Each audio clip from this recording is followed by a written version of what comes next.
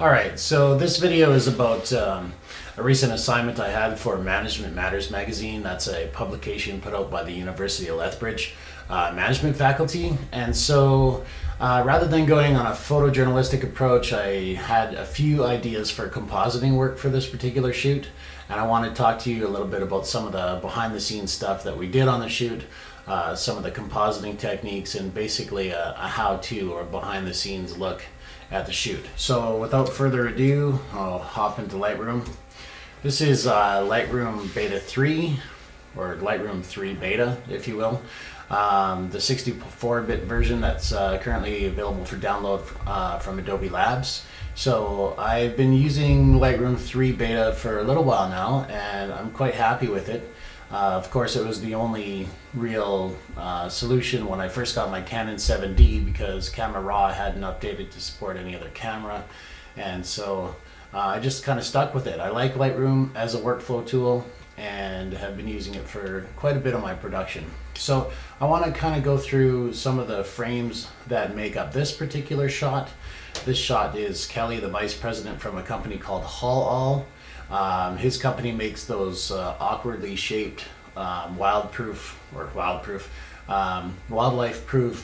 containers that you see in campsites and other places, among many other things. It's a huge factory. I was quite impressed with the amount of work that they do with welding and trailers and refitting trucks and painting and powder coating, and you name it, they're doing it there. So it's full of a lot of activity, and I wanted to maximize sort of the use I can with that activity on the factory floor. So we got there during lunchtime, and my dreams of having a really busy factory floor kind of fell flat, because I'm sure it's a union shop, and right when the lunch bell rang, everyone bailed out of the factory like nobody's business. So that was good for one thing, because we had a bunch of photography equipment and we weren't getting in anyone's way. But on the other hand, I was happy enough to find one of the workers who would drive a forklift for me. So I did some slow exposure work. As you can see here, here's some of the frames of the composite. So this fella here was kind enough to help us out. And these are 3-second exposures. This forklift certainly wasn't the fastest thing in the world, and you can see that at 3 seconds we got some nice motion blur.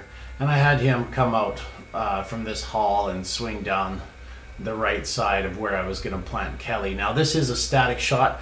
We have our camera on a tripod. We have our exposures consistent shot to shot. We've got our lighting consistent shot to shot.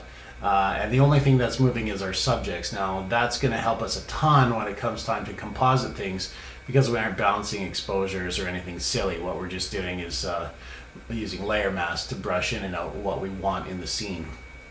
So just as you can see, as we flow through, I had this guy come on in and swing around and made some nice blurs. I enjoyed the color temperature of this particular shot, because we really wanted to maximize the warmth and the yellow that really signifies sort of construction and manufacturing and all of that good stuff. So I liked it, I kept it, and for the final composite, you can see we put Kelly right in the middle of the scene. We've got some nice symmetry here, the lines leading in from the ceiling left and right.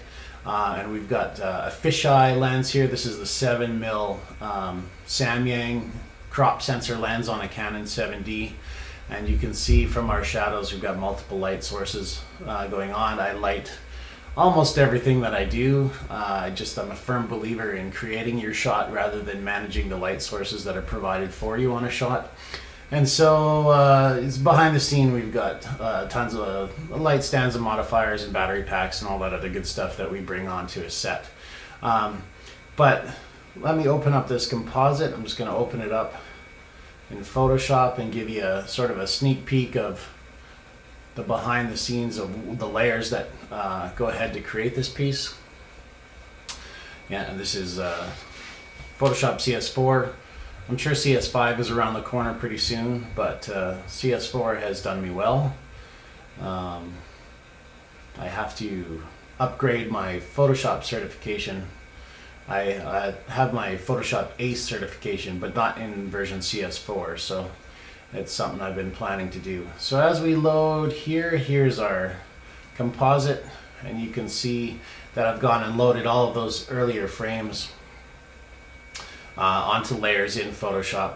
And as we start to build up, you can see that I was just putting them in, taking a look at what frame I wanted for the forklift. And I really like this frame. I like the ghosting of the driver's face in it. As you can see, I've got some layer masks where I've brushed Kelly in and out from another shot. And what I wanted to do to get that take advantage of that nice symmetry is just take this left half of the frame and just flip it and sort of put them right down the middle. So I went ahead and did that. And so you can see there's two versions here flipped on in. And I decided as we went along that I would put Kelly back in the shot. And this is actually two different frames of the forklift. So you can see the driver's face is here, but he was moving a little faster in this one, and I just got that nice streak. So while it is symmetrical, there are enough visual differences just to make it interesting. As you can see, this is an actual shot of Kelly from when he was popped right in the middle. But our eye says, hey, there's something funky going on the floor. So I rebuilt his shadow just to make sure that it kind of looked like the original shot that he was taken from. And really, he's quite separated from the scene, but it's the original light that we were using. We just happened to have the light sources closer to him and weren't using a long shutter. We were popping that flash right onto him.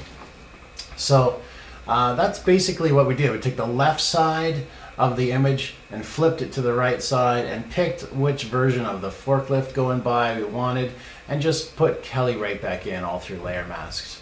And so when that was done, we just popped back into Lightroom for a final crop. And you see if I hit R in Lightroom, you can see the original crop. I can adjust this anytime. And I really enjoy that feature of Lightroom, that non-destructive editing. I don't ever crop in Photoshop just because I want to be able to have one version of my file on the drive that I can, recrop as needed without having, a million versions littering out my hard drive. And so that's it. That's kind of how I built this piece, and I hope you enjoyed this particular screencast. If you did, leave me a comment. If you didn't, leave me a comment. I'd like to continue maybe some of these screen captures just to show you some of the behind the scenes or how the magic happens, if you will. So yeah, let me know. I'd like your feedback, and let me know if you want to see more of this stuff, and thanks for watching.